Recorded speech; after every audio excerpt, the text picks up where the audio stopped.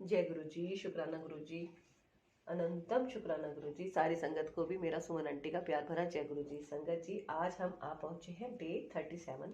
कोटि रुद्र संहिता का हम पाठ करेंगे। उमा संहिता कल हमारी समाप्त हुई है और आप दर्शन कीजिए शिव पुराण के, माथा टेक लीजिए। गुरु जी सबका कल्याण करें। जितने भी गुरु जी ब्लेसिंग कल्याण गीता चैनल के सब्सक्राइब हैं, वीडियो देख रहे हैं, हे गुरु जी महाराज सब पर अपनी कृपा बनाए रखना। जय गुरु जी, शुक्राना गुरु जी। संगत जी, गुरु जी ब्लेसिंग कल्याण गीता चैनल को आपने सब्सक्राइब कर लिया है तो आपका बहुत बहुत धन्यवाद। अगर नहीं किया तो प्लीज़ अभी कर लीजिए। वीडियो को लाइक कीजिएगा, शेयर कीजिए, कमेंट में गुरु जी का शुक्राना अवश्य कीजिएगा। तो आज्ञा लेते हैं हम। ओम जय श्री गणेशाय नमः।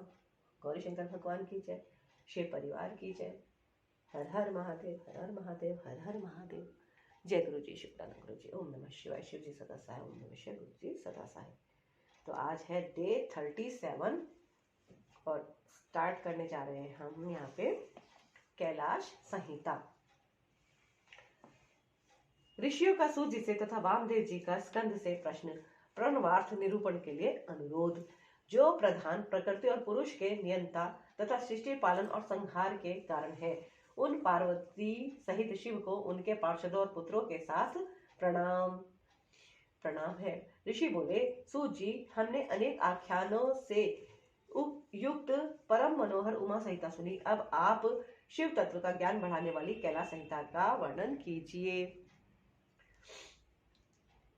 व्यास जी ने कहा, पुत्रों, शिव तत्व का प्रतिपादन करने वाली दिव्य कैलाश संहिता का वर्णन करता हूँ। तुम प्रेमपूर्वक सुनो। तुम्हारे प्रति स्नेह होने के कारण ही मैं तुम्हें यह प्रसंग सुना रहा हूँ। इतना कहकर व्यास जी ने काशी में मुनियों के तथा सूत जी के संवाद, व्यास मुनि संवाद, शिव पार्वती संवाद, शिव जी के द्वारा पार्वती के प्रति संन्यास पद्धति, संन्यासाचार, संन्यास मंडल, संन्यास पद्धति, न्यास, वर्ण पूजन, प्रणवार्थ पद्धति आदि प्रसंगों का वर्णन करके पुनः ऋषिगण तथा सूत जी के मिलन एवं संवाद की अवतारणा करते हुए सूत जी के प्रति ऋषियों के प्रश्न का यौन वर्णन किया। ऋषि बोले, महाभाग सूत जी, आप हमारे श्रेष्ठ गुरु हैं, अतः यदि आपका हम पर अनुग्रह हो तो हम आपसे एक प्रश्न पूछते हैं। श्रद्धालु शिष्यों पर आप जैसे गुरुजन सदा स्नेह रखते हैं, इस बात को आपने इस समय हमें प्रत्यक्ष दिखा दिया। मुने, विराजा होम के समय पहले आपने जो वामदेव मत सूचित किया था उसे हमने विस्तार पूर्वक नहीं सुना। अब हम बड़े आदर और श्रद्धा के साथ उसे सुनना चाहते हैं। कृपा सिंधु, आप प्रसन्नता पूर्वक उसका वर्णन कीजिए। ऋषियों की यह बात सुनकर सूत जी के शरीर में रोमांच हो आया। उन्होंने गुरु के भी परम उत्कृष्ट गुरु महादेव जी को, त्रिभुवन जननी महादेवी उमा को तथा गुरु व्यास को भी भक्तिपूर्वक नमस्कार करके मुनियों को आहादित करते हुए गंभीर वाणी में इस प्रकार कहा। सूत जी बोले, मुनियों, तुम्हारा कल्याण हो, तुम सब लोग सदा सुखी रहो। महाभाग महात्माओं, तुम भगवान शिव के भक्त तथा दृढ़ता पूर्वक व्रत का पालन करने वाले हो। यह निश्चित रूप से जानकर ही मैं तुम लोगों के समक्ष इस विषय का प्रसन्नतापूर्वक वर्णन करता हूँ। ध्यान देकर सुनो। पूर्व काल के रथंतर कल्प में महामुनि वामदेव माता के गर्भ से बाहर निकलते ही शिव तत्व के ज्ञाताओं में सर्वश्रेष्ठ माने जाने लगे। वे वेदों, आगमों, पुराणों तथा अन्य सब शास्त्रों के भी तात्विक अर्थ को जानने वाले थे। देवता, असुर तथा मनुष्य आदि जीवों के जन्म कर्मों का उन्हें भली भांति ज्ञान था। उनका संपूर्ण अंग भस्म लगाने से उज्जवल दिखाई देता था। उनके मस्तक पर जटाओं का समूह शोभा देता था। वे किसी के आश्रित नहीं थे।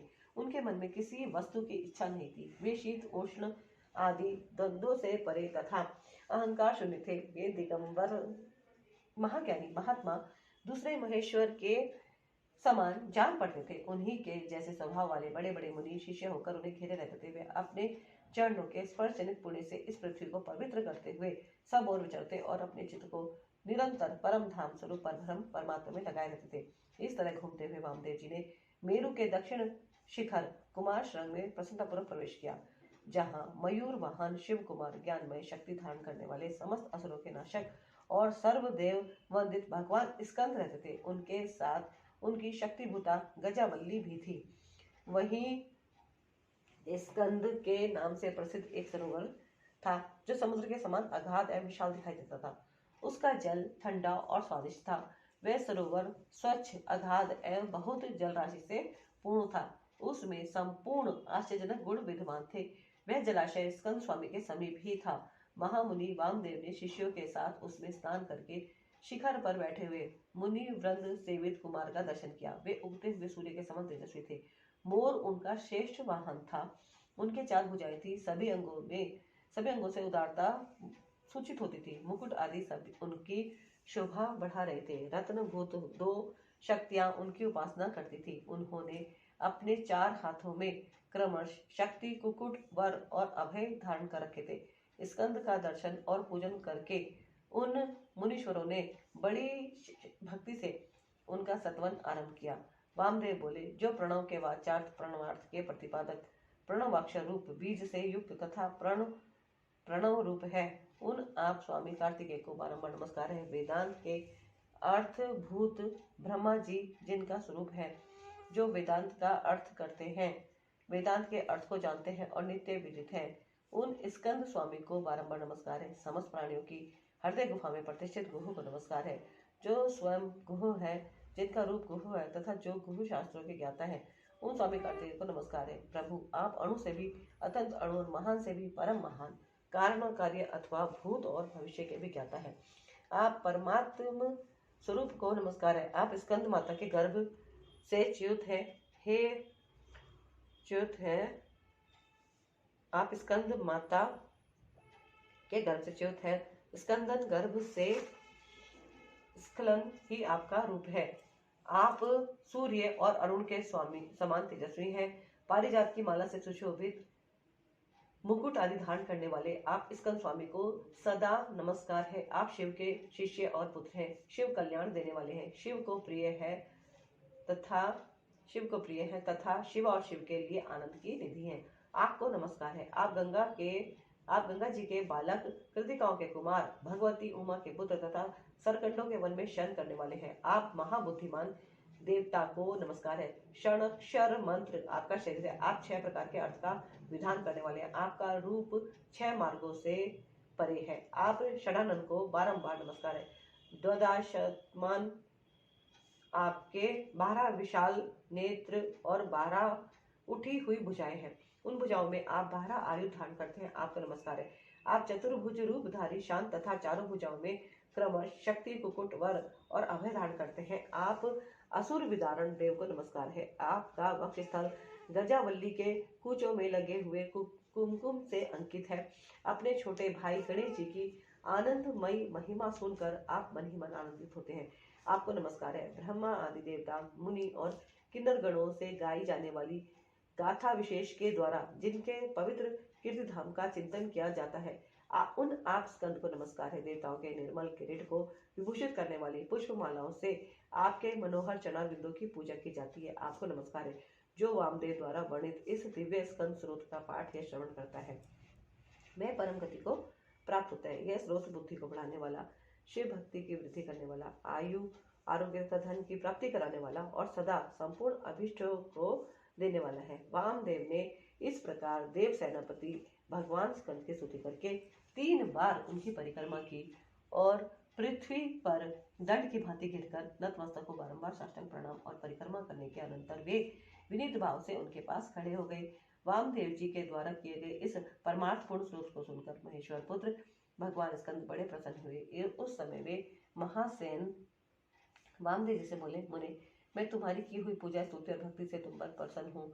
तुम्हारा कल्याण हो। आज मैं तुम्हारा कौन सा प्रिय कार्य सिद्ध करूँ। तुम योगियों में प्रधान, सर्वथा परिपूर्ण और निष्प्रह हो। इस जगत में कोई ऐसी वस्तु नहीं जिसके लिए तुम जैसे वीतराग महर्षि याचना करें। तथापि धर्म की रक्षा और संपूर्ण जगत पर अनुग्रह करने के लिए तुम जैसे साधु संत भूतल पर विचरते रहते हैं। ब्राह्मण, यदि इस समय मुझसे कुछ सुनना हो तो कहो, मैं लोक पर अनुग्रह करने के लिए इस विजय का वर्णन करूंगा। स्कंद की यह बात सुनकर महामुनि वामदेव ने विनयावदत को मेघ के समान गंभीर वाणी में कहा। वामदेव बोले, भगवान, आप परमेश्वर हैं, अलौकिक और लौकिक सब प्रकार की विभूतियों के ज्ञाता है, विभूतियों के दाता है, सर्वज्ञ, सर्वकर्ता, संपूर्ण शक्तियों को धारण करने वाले और सत्य स्वामी है। हम साधारण जीव हैं। आप परमेश्वर के समय बोलने की शक्ति या बात करने की योग्यता हम में नहीं है। तथापि यह आपका अनुग्रह ही है कि आप मुझसे बात करते हैं। महाप्राज्ञ मैं कृतार्थ हूँ, कण मात्र विज्ञान से प्रेरित हो आपके समक्ष अपना प्रश्न रख रहा हूँ। मेरे इस अपराध को आप क्षमा करें। प्रणव सबसे उत्तम मंत्र है, वह साक्षात परमेश्वर का वाचक है। पशुओं जीवों के पाश बंधन को छुड़ाने वाले भगवान पशुपति ही उसके वाच्यार्थ है। ओमितिदम सर्वम, ओंकार ही यह प्रत्यक्ष दिखने वाला समस्त जगत है। यह सनातन शुद्धि का कथन है। ओम इति ब्रह्म, अर्थात ओम यह ब्रह्म है तथा सर्व होदत ब्रह्म, यह सब का सब ब्रह्म ही है, इत्यादि बातें भी श्रुति द्वारा कही गई हैं। इस प्रकार मैंने समष्टि तथा व्यष्टि भाव से प्रणवार्थ का श्रवण किया है। तात्पर्य है कि समष्टि और व्यष्टि सभी पदार्थ प्रणव के ही अर्थ हैं। प्रणव के द्वारा सबका प्रतिपादन होता है।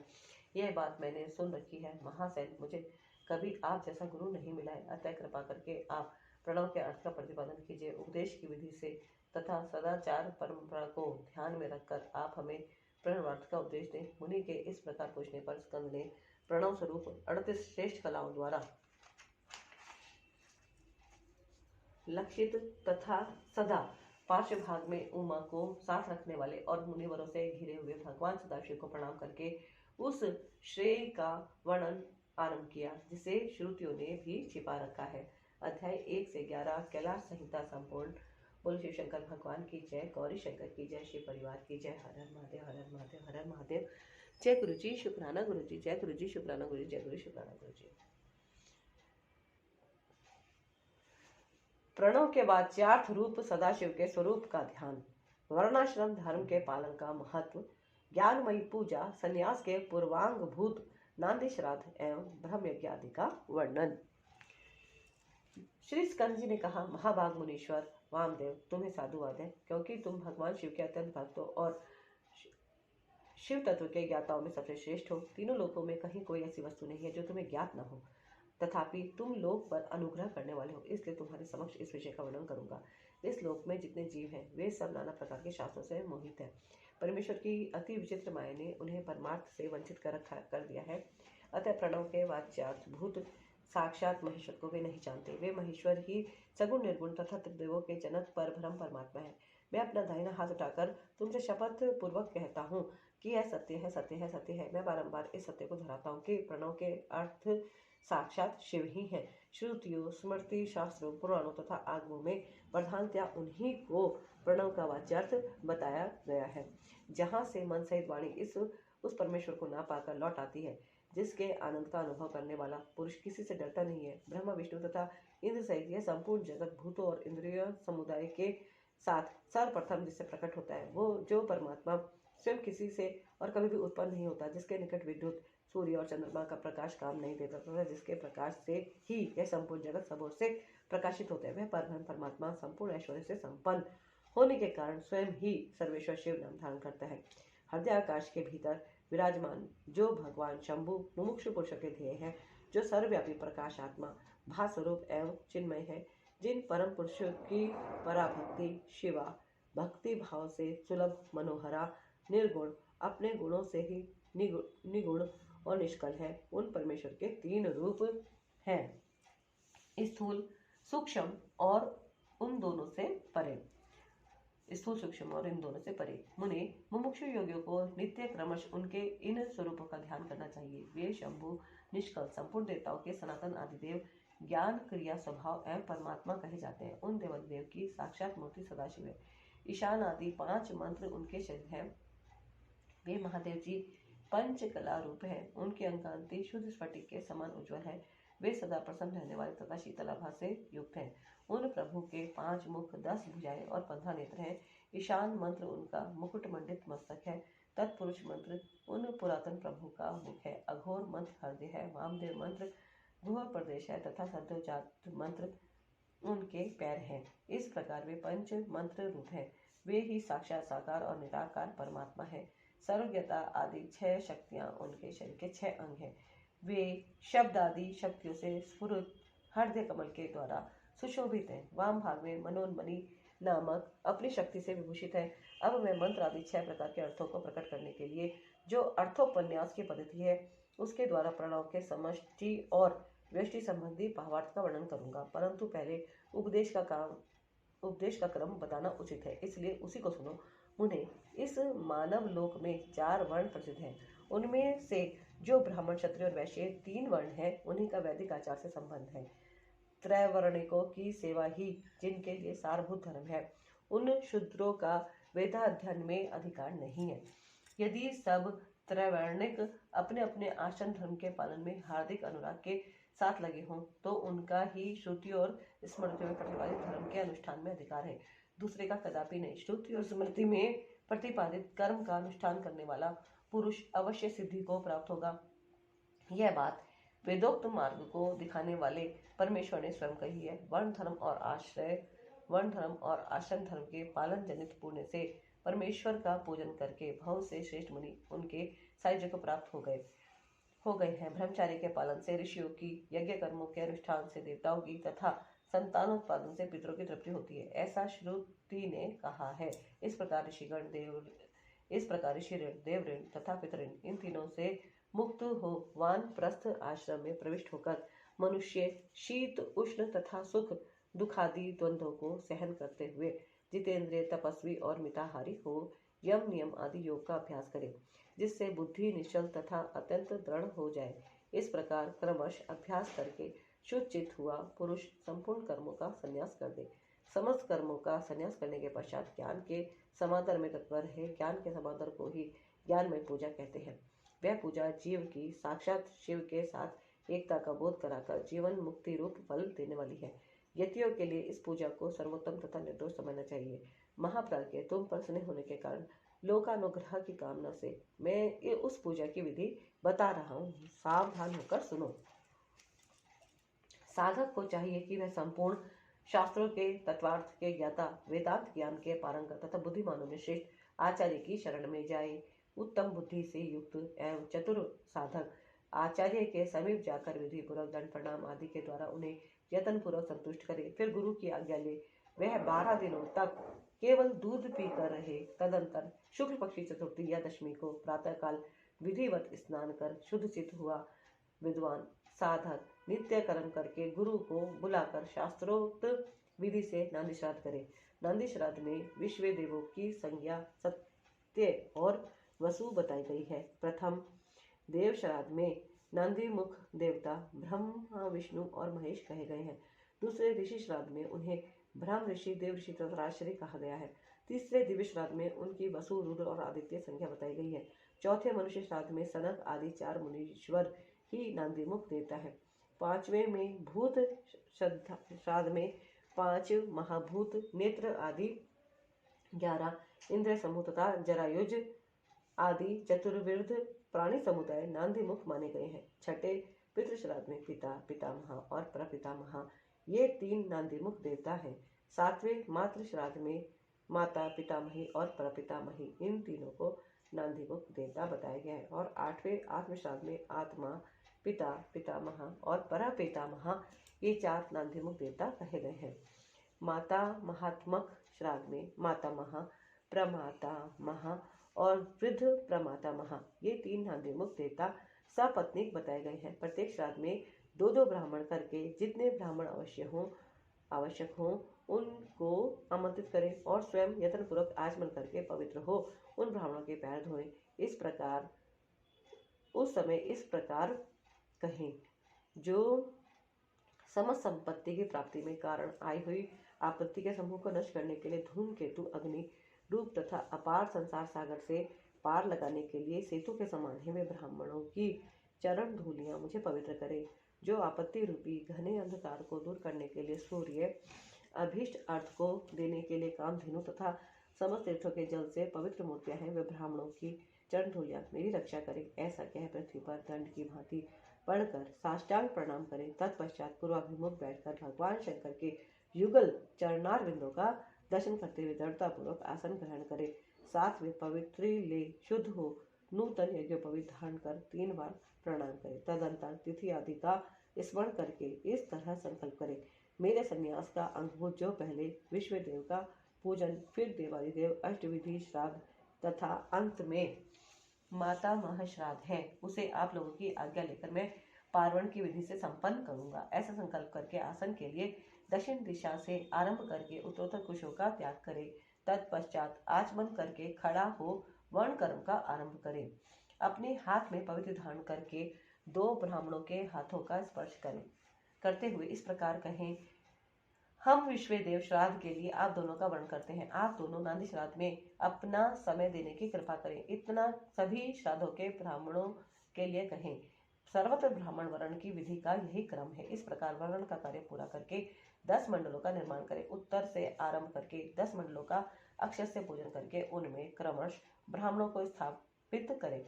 फिर उनके चरणों पर भी अक्षत आदि चढ़ाएं। तदंतर संबोधन पूर्वक विश्वदेव आदि नामों का उच्चारण करें और कुश पुष्प अक्षत एवं जल से इदम व पाद्यम कहकर पाद्य निवेदन करें। इस प्रकार पाद्य देकर स्वयं ही अपना पैर धो लें।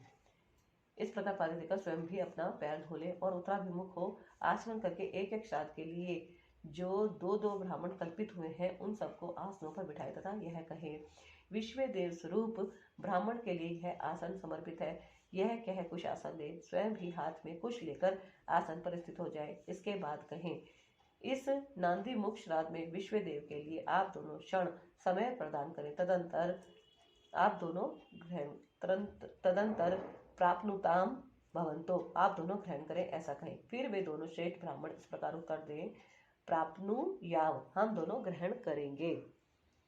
इसके बाद यजमान उन श्रेष्ठ ब्राह्मणों से प्रार्थना करें, मेरे मनोरथ की पूर्ति हो, संकल्प की सिद्धि हो, इसके लिए आप अनुग्रह करें। तत्पश्चात पद्धति के अनुसार अर्घ्य दे पूजन कर शुद्ध केले के पत्ते आदि धोए हुए पात्रों में परिपक्व अन्न आदि भोज्य पदार्थों को परोसकर पृथक पृथक कुश बिछाकर और स्वयं वहां जल छिड़ककर प्रत्येक पात्र पर आदर पूर्वक दोनों हाथ लगा पृथ्वी ते पात्रम इत्यादि मंत्र का पाठ करें। वहां स्थित हुए देवता आदि का चतुर्थ्यंत उच्चारण करके अक्षर सहित जल ले स्वाहा बोलकर उनके लिए अन्न अर्पित करें और अंत में न मम इस वाक्य का उच्चारण करें। सर्वत्र माता आदि के लिए भी अन्न अर्पण की यही विधि है। अंत में इस प्रकार प्रार्थना करें,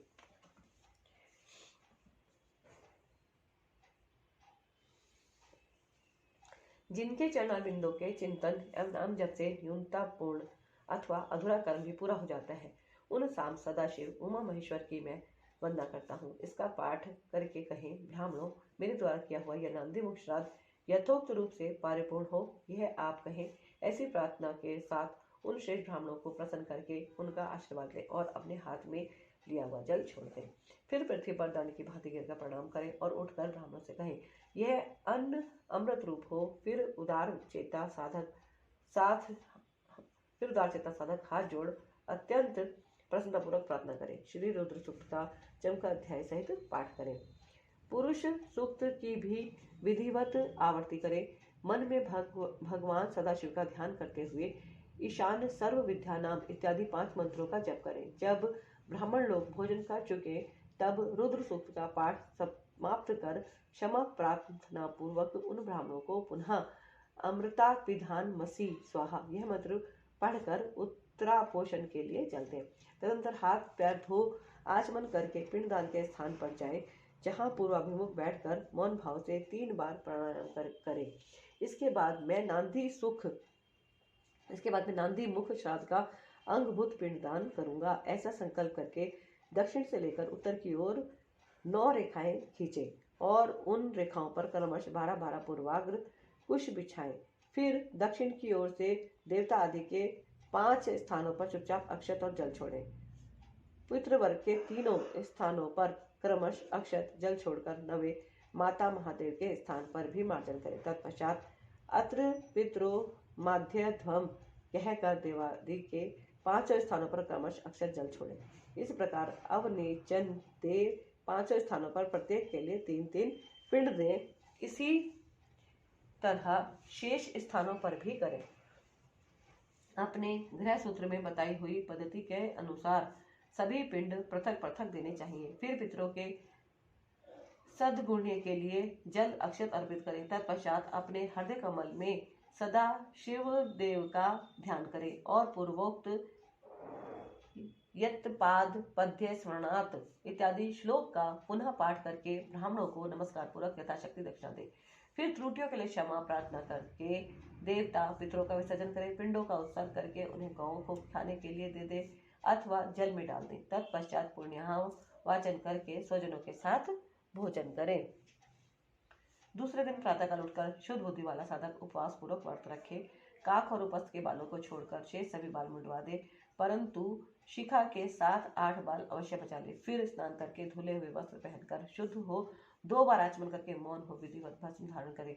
पुण्य वाचन करके उससे अपने आप का प्रोक्षण कर बाहर भीतर से शुद्ध हो होम द्रव्य और आचार्य की दक्षिणा के द्रव्य को छोड़कर शेष सभी द्रव्य महेश्वरार्पण बुद्धि से ब्राह्मणों और विशेषता शिव भक्तों को बांट दे। तदंतर गुरु रूपधारी शिव के लिए वस्त्र आदि की दक्षिणा दे। पृथ्वी पर दंडवत प्रणाम करके डोरा, कोपेन, वस्त्र तथा दंड आदि जो धोकर पवित्र किए गए हों धारण करे। तदंतर होम द्रव्य और समिधा आदि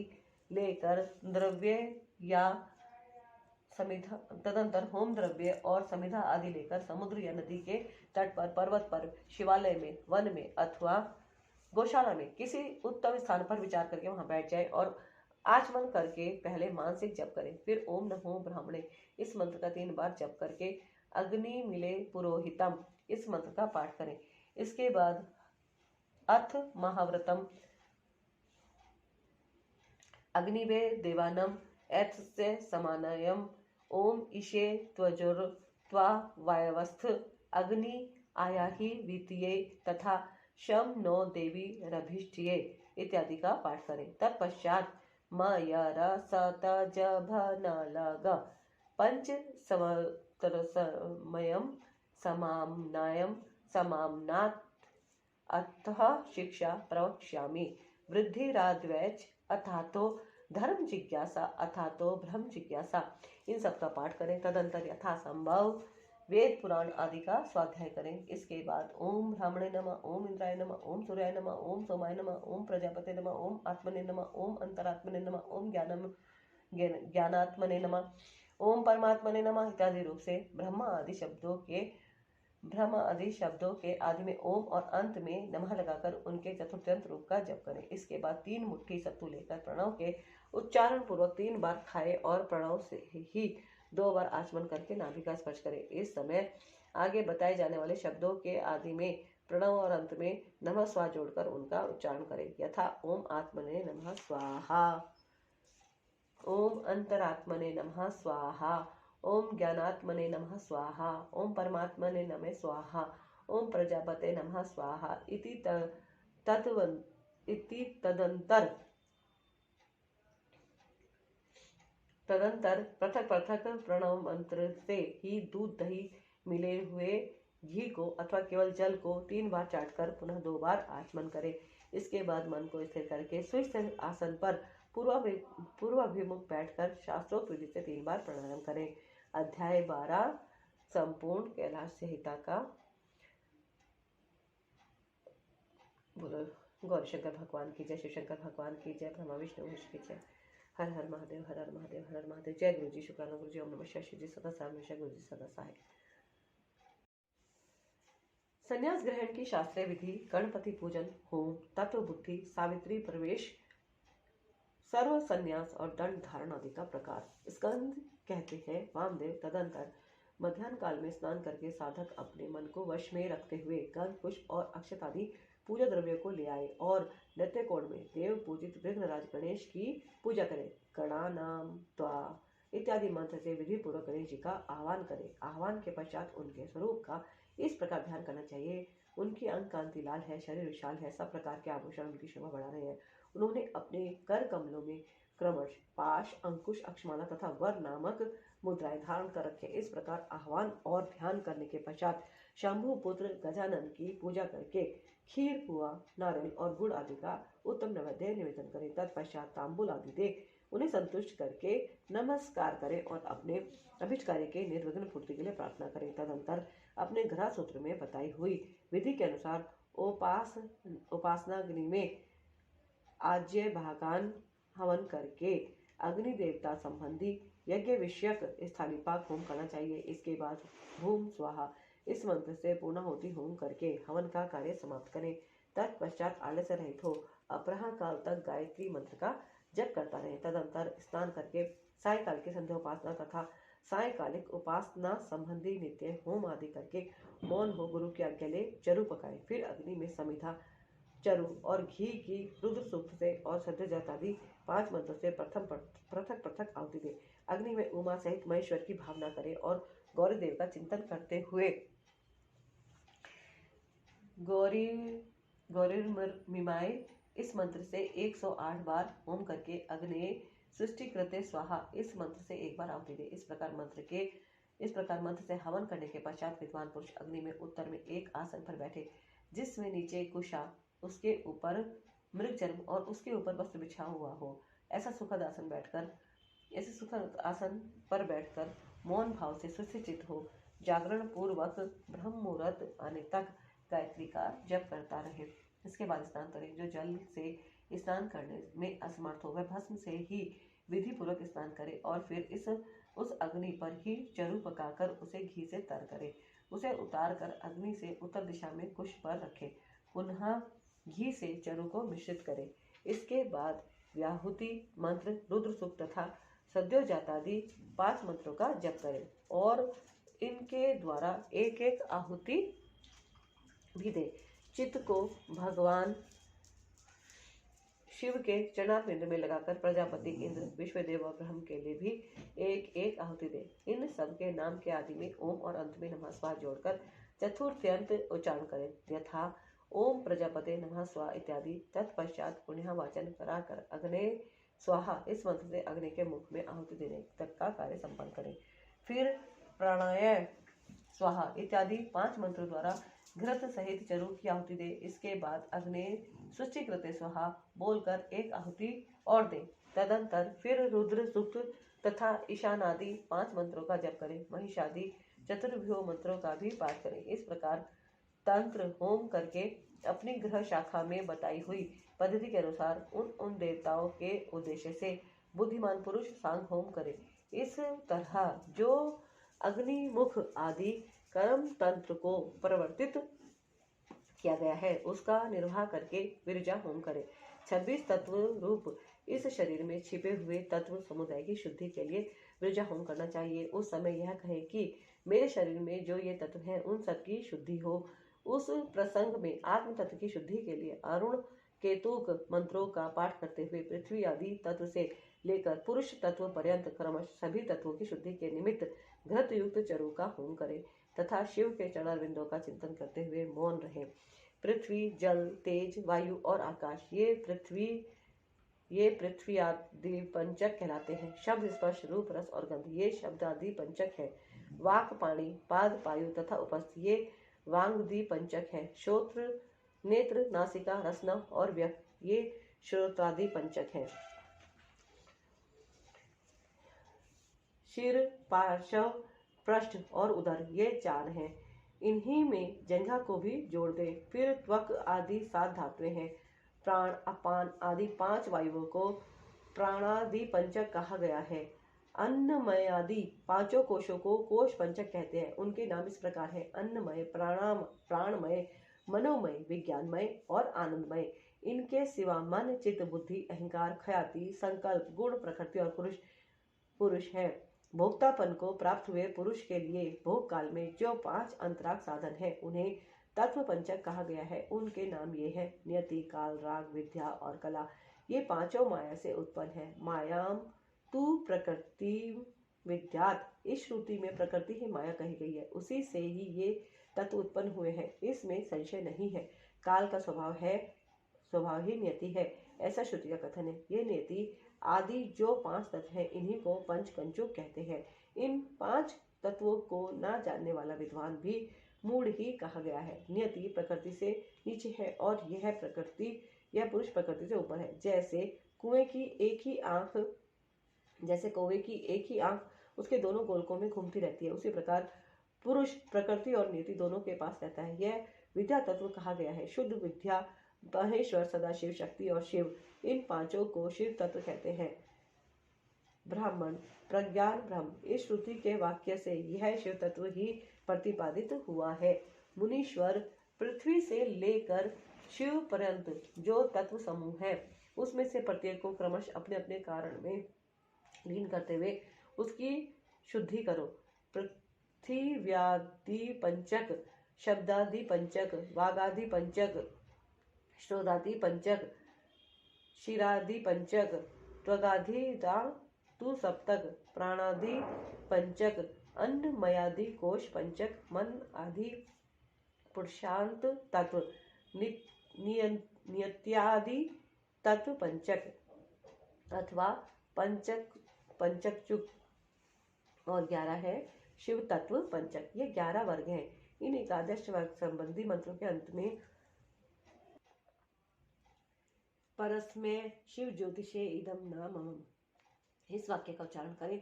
इसके द्वारा अपने उद्देश्य का त्याग बताया गया है। इसके बाद विविधा तथा कर्षोत्कप संबंधी मंत्रों के अंत में अर्थात विविध्याय स्वाहा, कर्षोत्काय स्वाहा, इनके अंत में स्वत्व त्याग के लिए व्यापकाय परमात्मने शिव ज्योतिषे विश्वभूत सनोत सुखाय परस्मै देवाय इदम नमः, इसका उच्चारण करें। तत्पश्चात उत्तिष्ठ ब्राह्मणस्पते देवयंत त्वेमहे उपप्रयन्तु मरुत सुदानव इंद्र प्राशुर्भवा सचा। इस मंत्र के अंत में विश्व रूपाय पुरुषाय ओम स्वाहा बोलकर स्वत्व त्याग के लिए लोक त्रय व्यापिने परमात्मने शिवायदम नमः का उच्चारण करें। तदंतर अपनी शाखा में बताई हुई विधि से पहले तर्क तंत्र कर्म का संपादन करके घृत मिश्रित चरु का प्राशन एवं आचमन करने के पश्चात पुरोधा आचार्य को स्वर्ण आदि से संपन्न समुचित दक्षिणा दें। फिर ब्रह्मा का विसर्जन करके प्रातः कालिक उपासना संबंधी नित्य होम करें। इसके बाद मनुष्य सम माम सिचिंतु मरुत इस मंत्र का जप करे। तत्पश्चात या ते अग्ने यज्ञया तनुस्ते यहारो हा तमात्मानम इत्यादि मंत्र से हाथ को अग्नि में तपाकर उस अग्नि को अद्वैत धाम स्वरूप अपने आत्मा में आरोपित करे। तदंतर प्रातः काल की संध्योपासना करके सूर्योपासना के पश्चात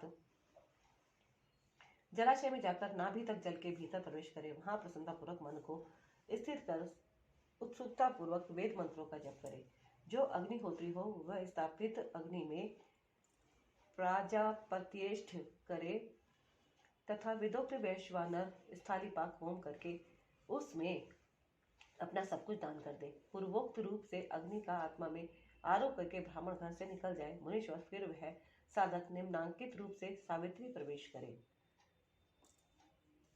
ओम भूम सावित्री प्रवेश्यामि, ओम तत्स वितुर्वरेण्यम, ओम भूर सावित्री प्रवेश्यामि, भर्गो देवस्य धीमहि, ओम स्व सावित्री प्रवेश्यामि, धियो यो न प्रचोदयात्, ओम भूर्भुवः स्वाहा सावित्री प्रवेश्यामि, तस् वितुर्वरेण्यम, भर्गो देवस्य धीमहि, धियो यो न प्रचोदयात्। इन वाक्यों का प्रेम पूर्वक उच्चारण करें और चित्त को चंचल ना होने दे। उस समय गायत्री का इस प्रकार ध्यान करें। ये गायत्री भगवती साक्षात भगवान शंकर के आधे शरीर में वास करने वाली हैं। इनके 5 मुख और 10 भुजाएं हैं। ये 15 नेत्रों से प्रकाशित होती हैं। नूतन रत्नमय किरीट से जगमगाती हुई चंद्रलेखा इनके मस्तक को विभूषित करती है। इनकी अंकांति शुद्ध स्फटिक मणि के समान उज्ज्वल है। ये शुभ लक्षणा देवी अपने 10 हाथों से 10 प्रकार के आयुध धारण करती हैं। हार, केयूर, बाजूबंद, कड़े, करधनी और नुपुर आदि आभूषणों से इनके अंग विभूषित हैं। इन्होंने दिव्य वस्त्र धारण कर रखा है। इनके सभी आभूषण रत्न निर्मित हैं। विष्णु, ब्रह्मा, देवता, ऋषि तथा गंधर्वराज और मनुष्य ही सदा इनका सेवन करते हैं। ये सर्वव्यापिनी शिवा सदा शिव देव की मनोहारिणी धर्मपत्नी है। संपूर्ण जगत की माता, तीनों लोकों की जननी, त्रिगुणमयी, त्रिगुणा तथा अजन्मा है। इस प्रकार गायत्री देवी के स्वरूप का चिंतन करते हुए शुद्ध बुद्धि वाला पुरुष ब्राह्मणत्व आदि प्रदान करने वाला अजन्मा आदि देवी त्रिपदा गायत्री का जप करे। गायत्री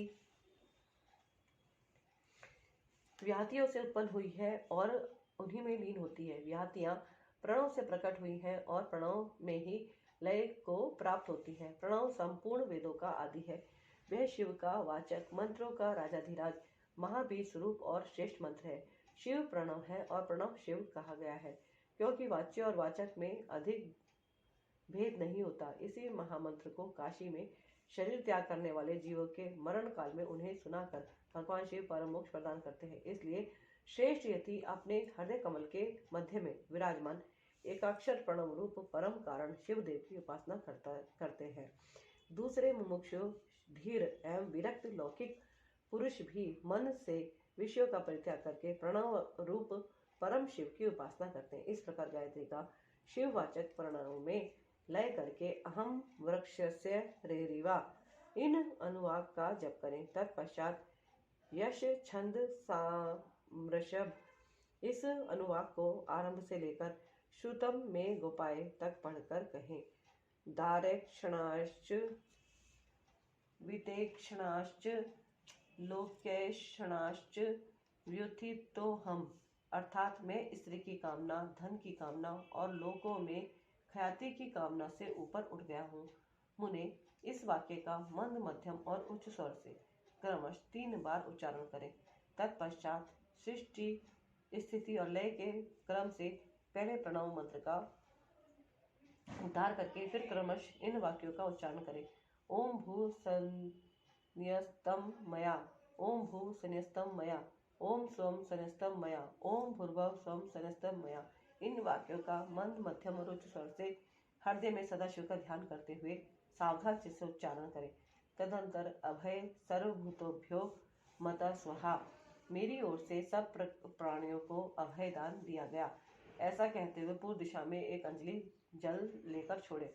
इसके बाद शिखा के शेष बालों को हाथ से उखाड़ डालें और यज्ञोपवीत को निकालकर जल के साथ हाथ में ले इस प्रकार कहें। ओम भू समुद्रम गच्छ स्वाहा, यों कहकर उसका जल में ही होम कर दें। फिर ओम भू संन्यस्तम मया, ओम भू संन्यस्तम मया, ओम स्व संन्यस्तम मया, इस प्रकार 3 बार कहकर 3 बार जल को अभिमंत्रित करके उसका आचमन करें। फिर जलाशय के किनारे आकर वस्त्र और कटी सूत्र को भूमि पर त्याग दें तथा उत्तर या पूर्व की ओर मुख करके 7 पद से कुछ अधिक चले। कुछ दूर जाने पर आचार्य उससे कहे, ठहरो ठहरो भगवान, लोक विहार के लिए कोपिन और दंड स्वीकार करो। यो कह आचार्य अपने हाथ से उसे कटी सूत्र और कोपिन देकर गेरुआ वस्त्र भी अर्पित करे। तत्पश्चात सन्यासी जब उससे अपने शरीर को ढककर 2 बार आचमन कर ले, तब आचार्य शिष्य से कहे, इंद्रस्य वर्चस्वी, यह मंत्र बोलकर दंड ग्रहण करो।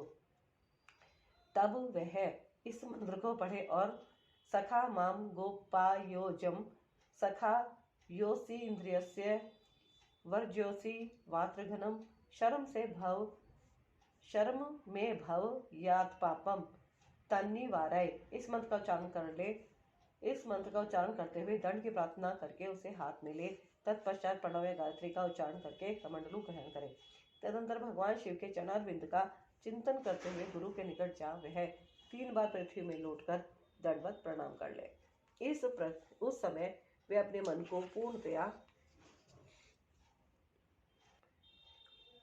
संयम में रखे। फिर धीरे से उठकर प्रेम पूर्वक अपने गुरु की ओर देखते हुए हाथ जोड़ उनके चरणों के समीप खड़ा हो जाए। संन्यास दीक्षा विषयक कर्म आरंभ होने के पहले ही शुद्ध गोबर लेकर आंवले बराबर उसके गोले बना ले और सूर्य की किरणों से ही उन्हें सुखाए। फिर होम आरंभ होने पर उन गोलों की होमाग्नि के बीच में डाल दें। होम समाप्त होने पर उन सब को संग्रह करके सुरक्षित रखें। तदंतर दंड धारण के पश्चात गुरु विराजग्नि जनित उस श्वेत भस्म को लेकर उसी को शिष्य के अंगों में लगाए अथवा उसे लगाने की आज्ञा दे। उसका क्रम इस प्रकार है। ओम अग्नि रीति भस्म, वायु रीति भस्म, जल मिति भस्म, स्थल मिति भस्म, वयोमिति भस्म, सर्वम ओम वा इदम भस्म मन एतानी चक्षुषी, इस मंत्र से भस्म को अभिमंत्रित करें। तदंतर ईशान आदि 5 मंत्रों द्वारा उस भस्म का शिष्य के अंगों से स्पर्श कराकर उसे मस्तक से लेकर पैरों तक सर्वांग में लगाने के लिए दे दे। शिष्य उस भस्म को विधि पूर्वक हाथ में लेकर त्रयायुषम तथा त्र्यंबकम इन दोनों मंत्रों को 3-3 बार पढ़ते हुए ललाट आदि अंगों में क्रमश त्रिपुंड धारण करे। तत्पश्चात श्रेष्ठ शिष्य अपने हृदय कमल में विराजमान उमा सहित भगवान शंकर का भक्ति युक्त चित्त से ध्यान करे। फिर गुरु शिष्य के मस्तक पर हाथ रखकर उसके दाहिने कान में ऋषि, छंद और देवता सहित प्रणव का उपदेश करे। इसके बाद कृपा करके प्रणव के अर्थ का भी बोध कराए। श्रेष्ठ गुरु को चाहिए कि वह प्रणव के 6 प्रकार के अर्थ का ज्ञान कराते हुए उसके 12 भेदों का उपदेश दे। तत्पश्चात शिष्य दंड की भांति पृथ्वी पर पड़कर गुरु को साष्टांग प्रणाम करे और सदा उनके अधीन रहे। उनकी आज्ञा के बिना दूसरा कोई कार्य न करे। गुरु की आज्ञा से शिष्य वेदांत के तात्पर्य के अनुसार सगुण निर्गुण भेद से शिव के ज्ञान में तत्पर है। गुरु अपने उसी शिष्य के द्वारा श्रवण, मनन और निधिध्यासन पूर्वक जप के अंत में प्रातःकालिक आदि नियमों का अनुष्ठान करवाए। कैलाश प्रस्तर नामक मंडल में शिव के द्वारा प्रतिपादित मार्ग के अनुसार शिष्य वहीं रहकर शिव पूजन करे। यदि गुरु के आदेश के अनुसार वे प्रतिदिन वहीं रहकर मंगलमय देवता शिव की पूजा करने में असमर्थ हो तो उनसे अर्घा सहित स्फटिकमय शिवलिंग ग्रहण कर ले और वह कहीं भी रहकर नित्य उसका पूजन किया करे। वह गुरु के निकट शपथ खाते हुए इस तरह प्रतिज्ञा करे, मेरे प्राण चले जाएं यह अच्छा है, मेरा सिर काट लिया जाए यह भी अच्छा है, परंतु मैं भगवान त्रिलोचन की पूजा किए बिना कदापि भोजन नहीं कर सकता। ऐसा कहकर सदृढ़ चित्त वाला मनुष्य शिष्य मन में शिव की भक्ति लिए गुरु के निकट 3 बार शपथ खाए और तभी से मन में उत्साह रखकर उत्तम भक्ति भाव से पंचावरण पूजन की पद्धति के अनुसार प्रतिदिन महादेव जी की पूजा करे। अध्याय 13 संपूर्ण। कैलाश संहिता। और शिव शंकर भगवान की जय, गौरी शंकर की जय, शिव परिवार की जय। हर हर महादेव, हर हर महादेव, हर हर महादेव। जय गुरु जी, शुक्राना गुरु जी, ओम नमः शिवाय, श्री सदा जय गुरु जी सदा सहाय। प्रणव के अर्थों का विवेचन। वामदेव जी बोले, भगवान षडानंद, संपूर्ण विज्ञानमय अमृत के सागर, समस्त देवताओं के स्वामी, महेश्वर के पुत्र, प्रणता तीर्थी के भंजन कार्तिकेय, आपने कहा है कि प्रणव के 6 प्रकार के अर्थों का परिज्ञान अभीष्ट वस्तु को देने वाला है। यह 6 प्रकार के अर्थों का ज्ञान क्या है प्रभु? वे 6 प्रकार के अर्थ कौन कौन से हैं और उनका परिज्ञान क्या वस्तु है? उनके द्वारा प्रतिपाद्य वस्तु क्या है और उन अर्थों का परिज्ञान होने पर कौन सा फल मिलता है? पार्वती नंदन, मैंने जो जो बातें पूछी हैं उन सब का सम्यक रूप से वर्णन कीजिए। सुब्रह्मण्यम स्कंद बोले, मुनि श्रेष्ठ, तुमने जो कुछ पूछा है उसे आदरपूर्वक सुनो। समष्टि और व्यष्टि भाव से महेश्वर का परिज्ञान ही प्रणवार्थ का परिज्ञान है।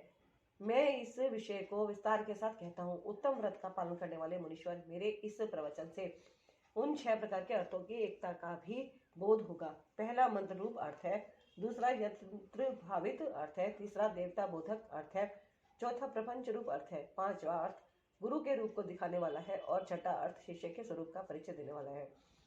इस प्रकार ये 6 अर्थ बताए गए हैं। मुनिश्रेष्ठ, इन 6 अर्थों में जो मंत्र रूप अर्थ है उसको तुम्हें बताता हूँ। उसका ज्ञान होने मात्र से मनुष्य महाज्ञानी हो जाता है। प्रणव में वेदों ने 5 अक्षर बताए हैं। पहला आदि स्वर अ, दूसरा 5वां स्वर उ, तीसरा पंचम वर्ग प वर्ग का अंतिम अक्षर म, उसके बाद चौथा अक्षर बिंदु और 5वां अक्षर नाद।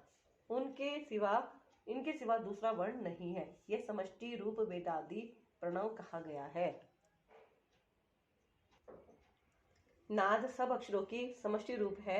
बिंदु युक्त जो 4 अक्षर हैं वे व्यष्टि रूप से शिववाचक प्रणव में प्रतिष्ठित हैं। विद्वान, अब यंत्र रूप या यंत्र भावित अर्थ सुनो। वह यंत्र ही शिवलिंग रूप में स्थित है।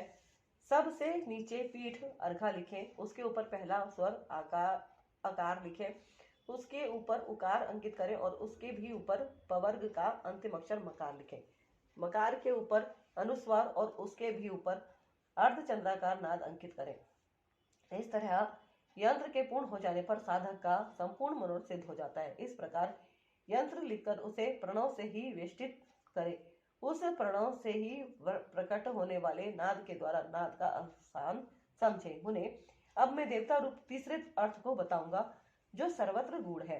वामदेव, तुम्हारे स्नेह वश भगवान शंकर के द्वारा प्रतिपादित इस अर्थ का मैं तुमसे वर्णन करता हूँ। सद्योजातम प्रपद्यामि यहाँ से आरंभ करके सदा शिवोम तक जो 5 मंत्र हैं, श्रुति ने प्रणव को इन सब का वाचक कहा गया है। इन्हें ब्रह्म रूपी 5 सूक्ष्म देवता समझना चाहिए। इन्हीं का शिव की मूर्ति के रूप में भी विस्तार पूर्वक वर्णन है। शिव का वाचक मंत्र शिव मूर्ति का भी वाचक है, क्योंकि मूर्ति और मूर्तिमान में अधिक भेद नहीं है। ईशान मुकुटोपेत इस श्लोक से आरंभ करके पहले इन मंत्रों द्वारा शिव के विग्रह का प्रतिपादन किया जा चुका है। अब इनके 5 मुखों का वर्णन सुनो। पंचम मंत्र ईशान सर्व विद्या नाम को आदि मानकर वहां से लेकर ऊपर के सद्योजात मंत्र तक क्रमशः एक चक्र में अंकित करें। फिर सद्योजात से लेकर ईशान मंत्र तक क्रमशः उसी चक्र में अंकित करें। ये ही 5 भगवान शिव के 5 मुख बताए गए हैं। पुरुष से लेकर सद्योजात तक जो ब्रह्म रूप 4 मंत्र हैं, वे ही महेश्वर देव के चतुर्व्यूह पद पर प्रतिष्ठित है। ईशान मंत्र सद्योजाति 5 मंत्रों का समष्टि रूप है। मुने, पुरुष से लेकर सद्योजात तक जो 4 मंत्र हैं, वे ईशान देव के व्यष्टि रूप हैं। इसे अनुग्रहमय चक्र कहते हैं। यही पंचार्थ का कारण है। यह सूक्ष्म निर्विकार अनामय पर ब्रह्म स्वरूप है। अनुग्रह भी 2 प्रकार का है। एक तो तिरोभाव आदि 5 कृत्यों के अंतर्गत है, दूसरा जीवों को कार्य कारण आदि के बंधनों से मुक्ति देने में समर्थ है। यह दोनों प्रकार का अनुग्रह सदाशिव का ही द्विध कृत्य कहा गया है। मुने, अनुग्रह में भी सृष्टि आदि कृत्यों का योग होने से भगवान शिव के 5 कृत्य माने गए हैं। इन 5 कृत्यों में भी सद्योजात आदि देवता प्रतिष्ठान बताए गए हैं। वे 5 पर ब्रह्म स्वरूप तथा सदा ही कल्याणदायक है। अनुग्रहमय चक्र शांत्यतीत कला रूप है। सदाशिव से अधिष्ठित होने के कारण उसे परम पद कहते हैं। शुद्ध अंतरकरण वाले सन्यासियों को मिलने योग्य पद यही है। जो सदाशिव के उपासक हैं और जिनका चित्त प्रणवोपासना में संलग्न है, उन्हें भी इसी पद की प्राप्ति होती है।